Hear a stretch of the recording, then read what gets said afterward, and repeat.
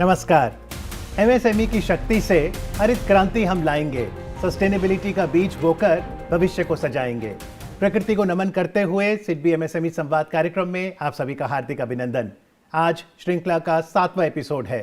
Theme है green finance and sustainable MSME growth, जहां पर हम जानेंगे कि ग्रीन फाइनेंस क्या है, सतत विकास की दिशा में एमएसएमईज कैसे आगे बढ़ सकते हैं, कौन कौन सी योजनाओं का लाभ ले सकते हैं और साथ ही ईएसजी और बीआरएसआर जैसे कॉन्सेप्ट्स को बेहतर समझेंगे। मैं हूं अमित अरोरा और चर्चा के लिए दूरदर्शन स्टूडियोज में मेरे साथ हैं डॉक्टर अशोक कुमार। नमस्कार। नमस्कार। Farmer deputy director general bureau of energy efficiency से। डॉक्टर अशोक, जब हम सस्टेनेबल एमएसएमईज की बात करते हैं तो इसमें कौन कौन से पहलू शामिल हैं, कौन कौन से ग्रीन इनिशिएटिव्स एक बिजनेस उठा सकता है? सबसे पहले तो हम एनर्जी एफिशिएंसी को देखते हैं, फिर जो भी इको फ्रेंडली जो इनिशिएटिव्स रहते हैं जिससे इन्वायरमेंट पे जो इम्पैक्ट कम पड़े उस तरह के हैं, और फिर उसके बाद जो एक्टिविटीज़ जैसे रिसाइकलिंग हुआ, रीयूज़ हुआ, ये सारे एक ग्रीन इनिशिएटिव के अंतर्गत आती है। ओके, तो यानी पोल्यूशन कंट्रोल हो गया, अगर कोई रिन्यूएबल एनर्जी अडॉप्ट कर रहा है, सर्कुलर इकोनॉमी भी इसी का हिस्सा है? इसी का हिस्सा हो सकता है। बहुत से शब्द हैं जो सामने आते हैं, net zero, carbon footprint, green washing. आइए एक एक करके समझते हैं। सबसे पहले डॉक्टर अशोक, कार्बन फुटप्रिंट जिसे ग्रीन हाउस गैस एमिशन भी कहते हैं, इसे कैसे समझें? ग्रीन हाउस गैस कुछ ऐसे गैस होते हैं जिसके चलते हमारे धरती की एक तापमान में वृद्धि हो जाती है, जिसके चलते जलवायु परिवर्तन में काफ़ी कुछ असर डाल देती है। तो ये जो गैसेस का फुटप्रिंट मतलब ये हुआ कि एक पर्टिकुलर इंडस्ट्री जो है अपने कार्य जो भी उत्पादन करती है उससे कितना कार्बन उत्सर्जन करता है। तो फुटप्रिंट बोलेंगे यदि कोई कार्बन उत्सर्जन कोई यूनिट ज़्यादा कर रहा है तो उसका फुटप्रिंट ज़्यादा है, यदि उत्सर्जन उनका कम है तो उनका फुटप्रिंट कम है। डॉक्टर अशोक, कई बार हम एमिशंस में सुनते हैं कि स्कोप 1, स्कोप 2, स्कोप 3, इनमें क्या अंतर है? कार्बन के इमिशंस जो किसी उद्योग के प्रेमाइस में होता है और उसी उद्यमी के कंट्रोल में होता है, तो ये स्कोप 1 हो गया, वो का हम लोग बोलते हैं डायरेक्ट इमिशन, जिसमें डायरेक्ट कंट्रोल है।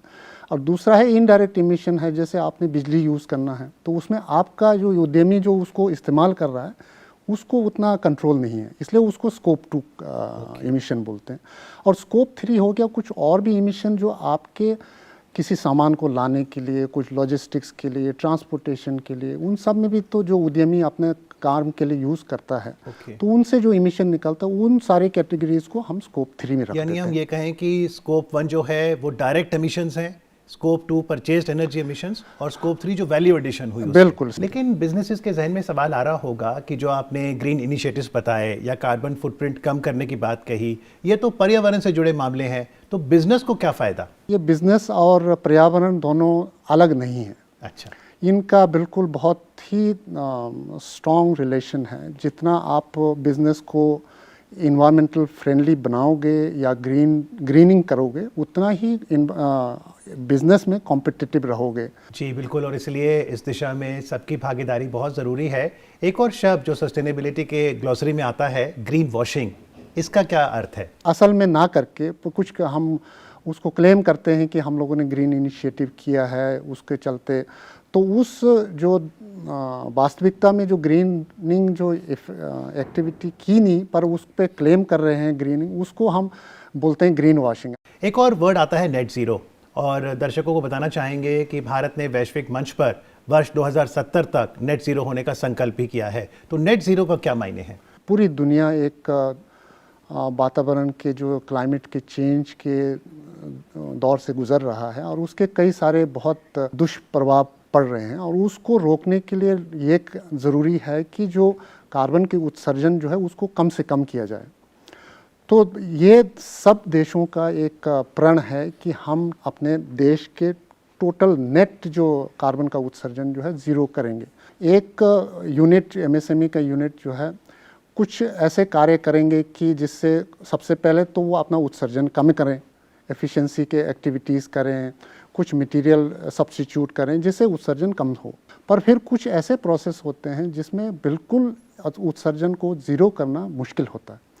तो जो लास्ट माइल का जो इमिशन जो उत्सर्जन होगा उसको ऑफसेट करने, उसको आप कहेंगे कि बराबरी करने के लिए आप दूसरी जगह से ऑफसेट कर देते हो, तो देश जो है 2070 में नेट ज़ीरो होने जा रहा है। इसका मतलब ये नहीं कि हमारे देश में इमिशन नहीं होगी। हमारे देश में इमिशन होगी, पर जितने इमिशन हम सब कुछ करने के बाद भी बचेगा, उसके लिए हम कई तरह के करेंगे, रिन्यूएबल एनर्जी लगाएंगे, सोलर लगाएंगे, फॉरेस्ट्री लगाएंगे, उसके हम बचा देंगे। तो वो बचाने और जो हमारा उत्सर्जन दोनों का बराबर हो जाना चाहिए और नेट जो है अल्टीमेट जो है जीरो हो जाना चाहिए। तो अगर कोई बिजनेस नेट जीरो की अपनी यात्रा शुरू करना चाहता है, डॉक्टर अशोक, क्या कदम रहेंगे?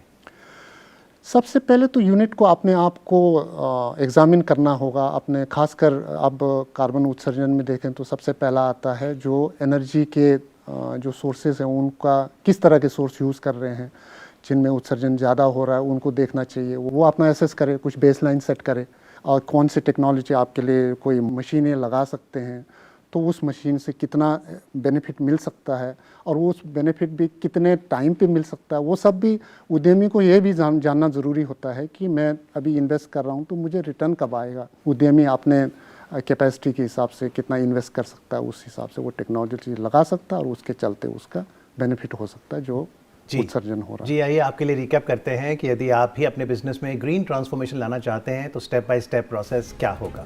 एमएसएमईज के लिए ग्रीन बनने की यात्रा के चरण: बेसलाइन बनाएं, एक सिंपल एनर्जी और एमिशन जांच करवाएं और जानें कि एमिशन कौन सी कैटेगरी में आ रहा है, स्कोप 1, 2 या 3। एनर्जी एफिशिएंसी टेक्नोलॉजी का चयन करें और कम बिजली और ईंधन इस्तेमाल करने वाली टेक्नोलॉजी और मशीनें लगाएं। रिन्यूएबल एनर्जी, वेस्ट और वाटर सॉल्यूशंस अडॉप्ट करें। ऑफसेटिंग, बैलेंस कार्बन क्रेडिट्स या ऑफसेट प्रोजेक्ट्स के जरिए कुल कार्बन इम्पैक्ट को न्यूट्रल करें। तो अगर कोई एमएसएमई इन ग्रीन इनिशिएटिव्स को अपनाना चाहता है तो डॉक्टर अशोक, क्या इसके लिए फाइनेंसिंग भी उपलब्ध होती है? अक्सर एक शब्द सुनते हैं ग्रीन फाइनेंस। फाइनेंस जो ग्रीन इनिशिएटिव्स के को प्रमोट करने के लिए बनाए हुए हैं और हैं, उपलब्ध हैं। कई संस्थाएं दे रही हैं, कई मिनिस्ट्रीज दे रही हैं, तो बहुत सारे ऑप्शंस हैं उन एमएसएमईज के लिए जो उनका उपयोग कर सकते हैं। जी, हम सभी का एक ही एड्रेस है, प्लैनेट अर्थ, और जैसा डॉक्टर अशोक ने कहा कि सतत विकास से जुड़े जो बात है उसमें हम सभी का योगदान ज़रूरी है, क्योंकि ये बात हमारे अस्तित्व और विरासत से जुड़ी है। एक छोटे से ब्रेक के लिए रुकेंगे और ब्रेक के उस पार हम जानेंगे कि कौन कौन सी ऐसी पॉलिसीज़ और गवर्नमेंट स्कीम्स हैं जिसका लाभ आपका बिजनेस उठा सकता है सतत विकास की दिशा में। एक ब्रेक के बाद।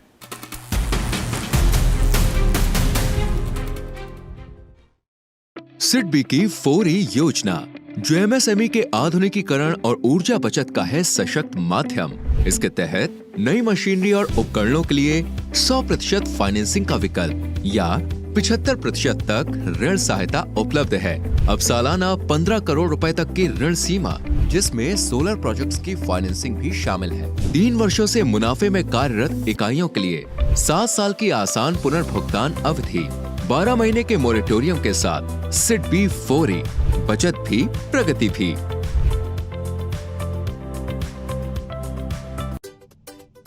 अगर आप हॉस्पिटैलिटी या सर्विस बेस्ड एमएसएमई चलाते हैं और अपनी जगह को अपग्रेड करना चाहते हैं तो ग्रोथ का रास्ता है सिडबी का मोर। ये स्कीम खास तौर पर hospitality, health care, warehousing और ऑर्गेनाइज्ड रिटेल जैसे सेक्टर्स के लिए डिजाइन किया गया है। अब चाहे इंटीरियर अपग्रेड करना हो या इक्विपमेंट और फर्नीचर, सिविल वर्क हो या फिर लाइट एसेट्स, इन सब के लिए पाए सही फाइनेंस। 5 करोड़ रुपए तक का term loan, CGTMSE guarantee coverage, बेहतर इंटरेस्ट रेट्स और 8 साल तक का फ्लेक्सिबल रीपेमेंट। सिडबी एमएसएमईज को समझता है, इसलिए मोर सिर्फ लोन नहीं, ग्रोथ का रास्ता है।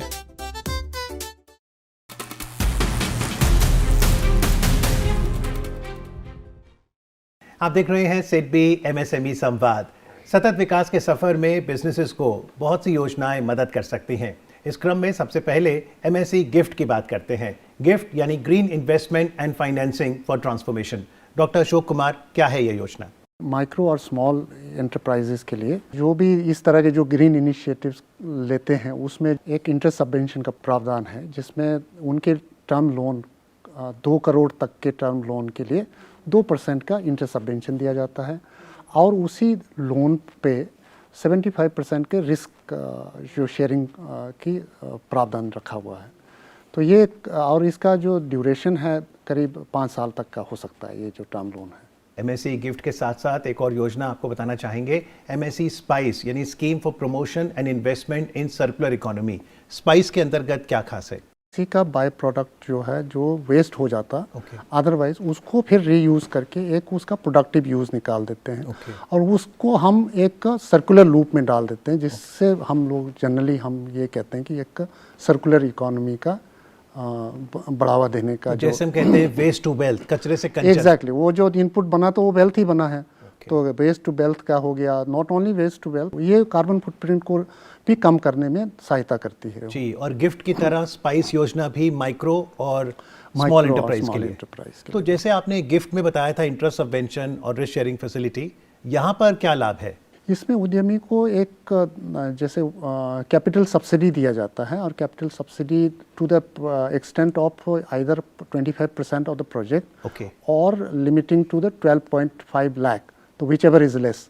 और इसके साथ साथ ही जो उसको सपोर्ट करने के लिए एक्टिविटीज़ हैं, जो टेक्निकल असिस्टेंस देंगे और थोड़ा कैपेसिटी बिल्डिंग, उनको नॉलेज ट्रेनिंग, इस तरह की फैसिलिटी भी इस स्कीम के अंतर्गत है। तो एक जिज्ञासा एमएसएमईज के मन में आ रही होगी कि क्या मैं एमएसई गिफ्ट और एमएसई स्पाइस दोनों योजनाओं का लाभ एक साथ ले सकता हूँ?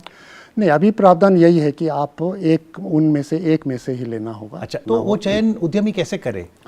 वो अगेन उद्यमी को फिर से अपने आप को एक एसेस करना पड़ेगा कि आपको अपफ्रंट कैपिटल कॉस्ट की ज़रूरत है या लॉन्ग टर्म आपको लोन में वो बेनिफिट की ज़रूरत है। वो अपना बिजनेस डिसीजन है कि वो किस उसमें जाएं। जी, ये तो बहुत महत्वपूर्ण बात यहाँ पे डॉक्टर अशोक ने बताई है कि बहुत ज़रूरी है कि उद्यमी सबसे पहले अपने बिजनेस नीड का आकलन करे और फिर योजनाओं का चयन। इसी क्रम में एक और योजना है जेड, ज़ीरो डिफेक्ट और ज़ीरो अफेक्ट, इसे समझाइए। ये जैसे शब्द ही बोल रहे हैं कि ज़ीरो इफेक्ट और ज़ीरो डिफेक्ट, तो किसी भी उद्यमी को अपना प्रोडक्ट को बेस्ट निकालते हुए, बिना डिफेक्ट के निकालते हुए, उसका इफेक्ट भी इन्वायरमेंट पे नहीं होना चाहिए। अच्छा, तो डॉक्टर अशोक, जेड के लिए सर्टिफिकेशन लेनी पड़ती है बिजनेसेस को? हाँ बिल्कुल, उसका सर्टिफिकेशन लेना पड़ता है, उसके सर्टिफिकेशन के प्रोसेस हैं और उस सर्टिफिकेशन को एनकरेज करने के लिए ये एक 50 से 80% तक का जो सर्टिफिकेशन कॉस्ट है उसको लेने की एक स्कीम है जो, और उसके ऊपर एक खास विशेष वर्ग के लोगों के लिए, खासकर SC ST और वीमेन एंटरप्राइज जो चलाने वाले हैं उनके लिए और एडिशनल करीब 10% का और एडिशनल वो कॉस्ट को सपोर्ट देने का है। जी, और डॉक्टर अशोक, आपका तो दशकों अनुभव रहा है ऊर्जा क्षेत्र में, तो एक बहुत ही लोकप्रिय योजना है अदिति, इसके बारे में बताइए। बिल्कुल, अदिति एक बहुत बड़ी योजना खासकर मिनिस्ट्री ऑफ पावर की तरफ से जो ब्यूरो ऑफ एनर्जी एफिशिएंसी चलाती है। तो ये करीब 1000 करोड़ का इंटरेस्ट सबवेंशन देने का स्कीम है। अब इसमें तीनों हैं, माइक्रो, स्मॉल और मीडियम, तीनों के लिए हैं। और इसमें इंटरेस्ट सबवेंशन का भी स्कीम है और साथ ही साथ में जो उनको इनेबलिंग इकोसिस्टम देने का, DPR बनाने का, ऑडिट कराने का, उसके बाद मॉनिटरिंग कराने का, वो सब प्रावधान हैं। और उसमें इंटरेस्ट सबवेंशन के अमाउंट का बताएं तो जो माइक्रो और स्मॉल इंडस्ट्रीज़ के लिए 5% का है, जो लोन लेंगे उस पर 5% का इंटरेस्ट सबवेंशन मिलेगा, और बाकी जो मीडियम एंटरप्राइजेस हैं उनके लिए 3% का है। तो ये स्कीम बहुत, अभी तो हम लोगों ने करीब 14 सेक्टर्स में आइडेंटिफाई किए हैं और उसमें करीब 60 क्लस्टर्स को आइडेंटिफाई किया हुआ है। तो आइए एक बार नज़र डालते हैं कि ग्रीन फाइनेंस और सस्टेनेबल डेवलपमेंट से जुड़ी प्रमुख योजनाएं कौन कौन सी हैं। MSMEs ग्रीन फाइनेंस की प्रमुख योजनाएं: MSE गिफ्ट, ग्रीन टेक्नोलॉजी अपनाने पर 2 करोड़ रुपए तक के लोन पर 2% इंटरेस्ट सबवेंशन और 75% जोखिम coverage. MSE spice, circular economy यानी वेस्ट से वेल्थ बनाने वाली मशीनों पर 25% तक कैपिटल सब्सिडी। जेड सर्टिफिकेशन, गुणवत्ता में सुधार और पर्यावरणीय अनुपालन के लिए समर्थन। Zero defect, zero effect certification cost per 50 से 80% तक की छूट। अदिति, एनर्जी एफिशिएंट टेक्नोलॉजीज के लिए लोन्स पर 3 से 5% तक इंटरेस्ट सबवेंशन और तकनीकी मार्गदर्शन मिलता है। आप देख रहे हैं कार्यक्रम सिडबी MSME संवाद, जहां हर उद्यम की कहानी बनेगी एक प्रेरणा। आज जो सक्सेस स्टोरी हम आपके साथ शेयर कर रहे हैं वो है JDS industrial automotive private limited की। आइए जानते हैं कैसे संस्था ने ग्रीन इनिशिएटिव्स लिए और सतत विकास की ओर बढ़ाए अपने कदम।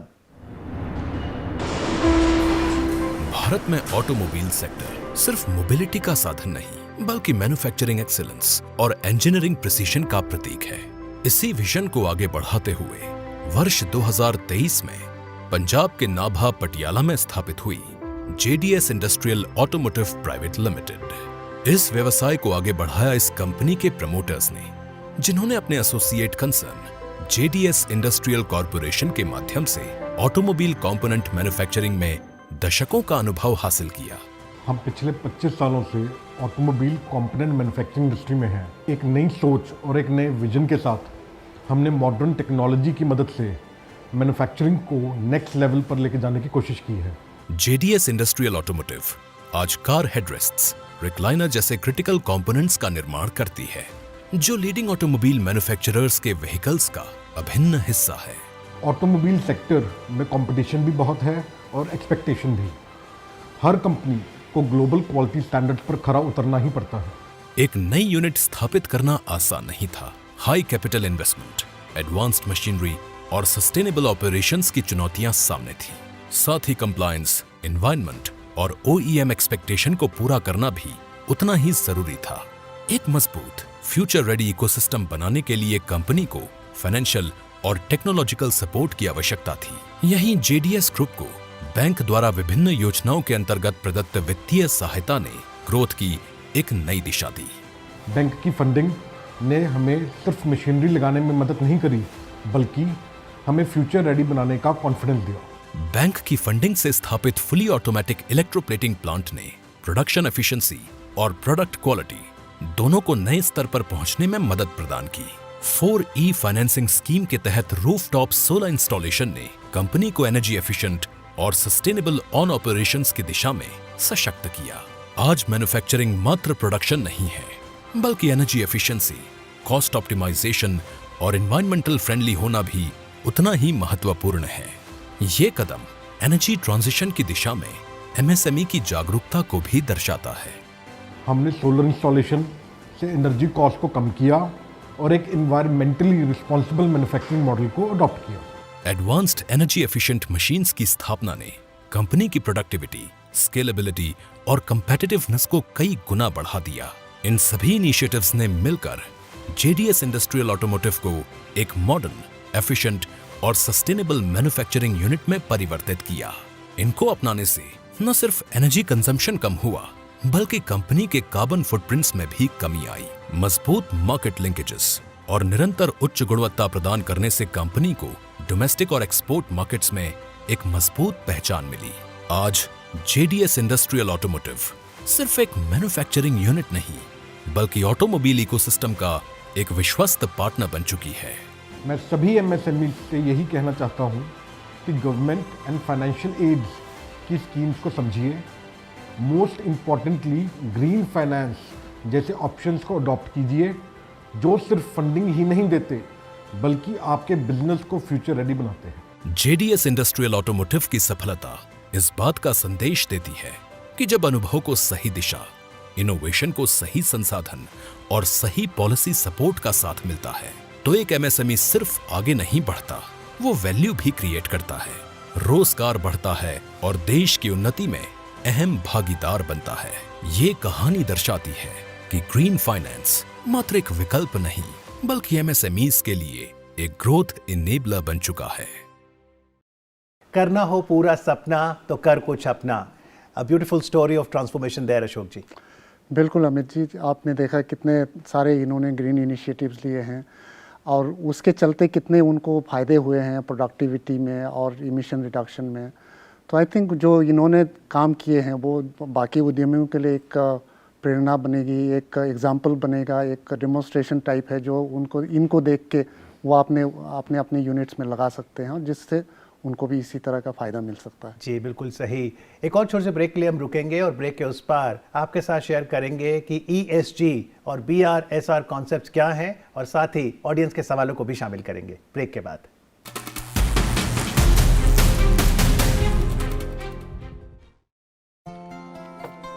जीतने की चाह खोले सफलता की राह, आना जाना ऑन टाइम, भुगतान चुकाना ऑन टाइम, खुश रहना ऑल द टाइम। क्या हाल है रमेश जी? अशोक जी, ये पहली ज्ञान की बात तो समझ में आई, पर ये भुगतान चुकाने वाली बात कुछ समझ में नहीं आई। वो ज्ञान नहीं, सच्चाई है। मतलब? कारोबार को आगे बढ़ाने के लिए वित्तीय सहायता की जरूरत पड़ सकती है, जो आपका बैंक समय समय पर लोन देकर कर सकता है, लेकिन इसके लिए आपको बैंक लोन का भुगतान भी नियमित तौर पे करना होगा। ओह अच्छा, और क्या करना होगा? सबसे जरूरी बात, जिस उद्देश्य से लोन लिया है उसी के लिए इस्तेमाल करना चाहिए और किसी काम के लिए नहीं। और लोन हमेशा समय पर चुकाना चाहिए। अब समझे? तो भुगतान करो ऑन टाइम और खुश रहो ऑल द टाइम। आरबीआई कहता है, बनो जानकार, बढ़ाओ व्यापार।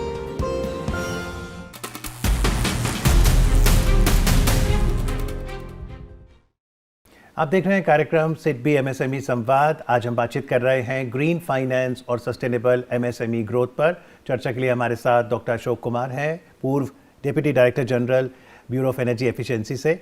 वैश्विक स्तर पर व्यवसायों के लिए मानक बन गया है ESG, तो एनवायरनमेंट, सोशल गवर्नेंस को एमएसएमईज कैसे समझें? अब उद्यमी को न केवल कार्बन उत्सर्जन पे ध्यान देना है, उसको रोकने का या उसको अच्छे करने का, पर आप किस तरह से आपके कार्य जो उद्यम जो काम कर रही है, आपके प्रोडक्ट सोसाइटी को कैसे इफ़ेक्ट कर रहा है, कम्युनिटी को कैसे इफ़ेक्ट कर रहा है, और आप जो उद्यम चला रहे हैं वो कैसे चला रहे हैं, आप अच्छे से चला रहे हैं, लोगों पे डिस्क्रिमिनेशन नहीं हो रहा है, ये जेंडर का बैलेंस हो रहा है, ये सब को देखने के लिए ये जो मानक जो है उन सब मापदंडों को एक संगठित, एक अच्छे, एक कंसोलिडेटेड रूप में देखा जाता है। ये आपके बिजनेस को इवन ज़्यादा ही कॉम्पिटिटिव बनाएगा, आपको ज़्यादा विजिबिलिटी देगी, आपके मार्केट्स और बढ़ेंगे, उसको कॉस्ट जो आपके प्रोडक्ट का जो रिटर्न आएगा वो ज़्यादा आएगा। ये ESG के होते, ना कि आप यदि नहीं करते तो अदर वे राउंड। जी, और अब फोकस करते हैं भारत के पहले सस्टेनेबिलिटी डिस्क्लोजर फ्रेमवर्क BRSR पर। तो business responsibility and sustainability reporting के अंतर्गत क्या क्या आता है? ये हमारा जो सेबी ने एक खासकर जो टॉप 1000 लिस्टेड कंपनीज हैं उनके लिए ये एक अनिवार्य रिपोर्टिंग की एक सिस्टम बनाया है। और एक बहुत बड़ी पहल है कि एक आप डिस्क्लोज कर रहे हो कि आपकी सप्लाई चेन में कितना कार्बन उत्सर्जन हो रहा है और उसके चलते सोसाइटी में कितना फ़र्क पड़ रहा है, या आप कुछ रॉ मटेरियल ला रहे हो, वो रॉ मटेरियल कहाँ से ला रहे हो, उस रॉ मटेरियल के एक्सट्रैक्शन में सोसाइटी पे क्या फ़र्क पड़ रहा है, इम्पैक्ट क्या पड़ रहा है, उन सबको देखना है। जी, और इंटरनेशनली एप्लीकेबल लॉ की बात करें तो वर्ष 2026 में एक कानून आया है यूरोपीय संघ का, CBAM, carbon border adjustment mechanism. क्या है ये कानून? यूरोप में जो भी प्रोडक्ट एंटर हो रहा है उनके उत्सर्जन की जो मानक है वो उनके समकक्ष हो, जो यूरोप के हिसाब से। तो यदि कोई बाहर से वो लोग इंपोर्ट कर रहे हैं कोई प्रोडक्ट, यदि उनका उत्सर्जन का मापदंड जो है उनके मापदंड से ज़्यादा है, तो वो जितना ज़्यादा है उतने का आपको टैक्स देना पड़ेगा। अच्छा, कॉम्पनसेट करने के लिए। एक तरह से कार्बन टैक्स हो गया। कार्बन टैक्स है, कार्बन टैक्स कह सकते हैं। डॉक्टर अशोक, हमारा अगला सेगमेंट मिथ और रियलिटी है। मैं आपके साथ कुछ सोच शेयर करूंगा और आप बताना कि ये भ्रांति है कि सच्चाई। इस क्रम में सबसे पहली सोच, ग्रीन टेक्नोलॉजीज मतलब बहुत महंगी टेक्नोलॉजीज। मिथ और रियलिटी? ये तो मिथ है क्योंकि हम ग्रीन टेक्नोलॉजी को एक अलग मापदंड से देखना ज़रूरी है, क्योंकि टेक्नोलॉजीज़ को एक, हम लोग कहते हैं, एक लाइफ साइकिल कॉस्ट, जैसे उसके पूरे लाइफ साइकिल की कॉस्टिंग देखनी होती है, ना कि आप एक ओनली अपफ्रंट कॉस्ट देखते हो। अपफ्रंट कॉस्ट हो सकता है वो थोड़ा सा ज़्यादा हो सकता है। अगली सोच, ग्रीन बनना सिर्फ बड़े उद्योगों की बात है। मिथ और रियलिटी? बिल्कुल नहीं, छोटे उद्यमी भी किसी सप्लाई चेन में बड़े उद्यमियों के साथ में हैं, तो बड़े उद्यमियों का सप्लाई जो है वही दे रहे हैं, और उनको भी जब बड़े उद्यमियों को ग्रीन बनना है, उनको अपने उत्सर्जन लेवल को कम करना है, तो डाउनस्ट्रीम में जो अपस्ट्रीम में जो सप्लाई आ रही है उसकी भी ज़रूरत है कि वो भी उस तरह के ग्रीन इनिशिएटिव्स को लेके चलें। जी, सतत विकास के लिए हम सभी का योगदान बहुत महत्वपूर्ण है। तो आइए आपके लिए एक बार रिकैप करते हैं कि आज की थीम की मुख्य सीख क्या रही। MSMEs के लिए की टेकअवेज। ग्रीन इनिशिएटिव से सिर्फ पर्यावरण ही नहीं बचता, बल्कि कारोबार की लागत भी घटती है और मुनाफा बढ़ता है। ग्लोबल मार्केट और बड़े बायर्स तक पहुंचने के लिए ESG और Z काम आते हैं। छोटी शुरुआत भी कर सकते हैं, और भविष्य के लिए तैयार रहें। जो बिजनेस आज ग्रीन होगा वही आने वाले कल में मार्केट में टिकेगा। कार्यक्रम में वक्त हो चला है आपके सवालों को शामिल करने का, ऑडियंस Q&A। आपको याद होगा कि सिडबी MSME संवाद का 6वां episode working capital solutions theme पर था। आपकी प्रतिक्रिया और बहुत से सवाल हम तक पहुंचे हैं, थैंक यू वेरी मच। और आपके सवालों का जवाब देने के लिए ऑनलाइन माध्यम से हमारे साथ जुड़ रहे हैं doctor Subhash Mundra, farmer deputy governor RBI। नमस्कार डॉक्टर मुंद्रा। नमस्कार अमित जी। सबसे पहला सवाल जयपुर से राहुल चौधरी जी का है। मैं जयपुर में एक रबर कंपोनेंट्स मैन्युफैक्चरिंग यूनिट चलाता हूं। हमारे यहाँ रॉ मटेरियल्स के प्राइसेस कभी ऊपर कभी नीचे। ऐसे में क्या मुझे थोक के भाव खरीदना चाहिए या स्मॉल लॉट्स में खरीदूं ताकि वर्किंग कैपिटल ब्लॉक ना हो? राहुल जी, इस सवाल का जवाब 2-3 बातों पर निर्भर होगा। पहला तो ये कि आपके पास फर्म ऑर्डर है लंबे समय के लिए कि आप अगर बल्क में परचेसिंग करें तो आपकी सप्लाई लगातार बनी रहेगी। अगर प्राइसेस बढ़ती नज़र आ रही हैं और आपके पास स्थायी ऑर्डर हैं तो आपके लिए शायद ये फ़ायदेमंद होगा कि आप बल्क में परचेसिंग करें। लेकिन अगर प्राइसेस फ्लक्चुएट हो रही हैं और आपके पास ऑर्डर्स की भी श्योरिटी नहीं है, तब ज़्यादा अच्छा है कि आप छोटे छोटे बैच में करें ताकि उस हिसाब से आपकी वर्किंग कैपिटल ब्लॉक ना हो। अगला सवाल आदित्य रेड्डी का है, सिटी ऑफ पर्ल हैदराबाद से। वो और उनकी सिस्टर एक छोटी IT कंसल्टिंग सर्विसेज फर्म चलाते हैं। इनका कहना है कि जब प्रोजेक्ट डिले होता है बिलिंग रुक जाती है, लेकिन सैलरीज, रेंट और सॉफ्टवेयर टूल्स का खर्चा चलता रहता है और वर्किंग कैपिटल सिचुएशन टाइट हो जाती है। ऐसे समय पर फंड्स को एफिशिएंटली मैनेज करने का सही तरीका क्या है? आपकी अदिति जी बहुत यूनिक स्थिति है, क्योंकि IT इंडस्ट्री में बिलिंग माइलस्टोन पर निर्भर करती है। आपके लिए इम्पॉर्टेंट है कि आप कोशिश करें कि आपके छोटे छोटे माइलस्टोन हो। दूसरा, कभी माइलस्टोन में डिले हो रहा है और कई कारण हैं तो आप एटलीस्ट कोशिश कर सकते हैं कि आपके जो सर्विस अवेल कर रहे हैं वो क्या पार्शियल इनवाइसिंग के लिए तैयार होंगे। और आपके पास हमेशा एक कैश बफर होना चाहिए। आप साथ में जो फाइनेंस के ऑप्शंस अवेलेबल है, चाहे वो कैश क्रेडिट हो या ओवरड्राफ्ट तरह की हो, इस तरह की भी आपको बैंकिंग से व्यवस्था रखना चाहिए। कार्यक्रम में ऑडियंस के सवालों का जवाब देने के लिए डॉक्टर मुंद्रा, आपका बहुत बहुत आभार। Thank you very much for joining us online. धन्यवाद। और यदि आप भी सिडबी MSME संवाद कार्यक्रम का हिस्सा बनना चाहते हैं, प्रतिक्रिया देना चाहते हैं, कोई सवाल पूछना चाहते हैं, तो आप हमें ईमेल कर सकते हैं। हमारे ईमेल का पता नोट करें, samvad@sidbi.in। आपको बताना चाहेंगे कि MSME से जुड़े विभिन्न पहलुओं को आप तक हम इस कार्यक्रम के माध्यम से पहुंचाते हैं।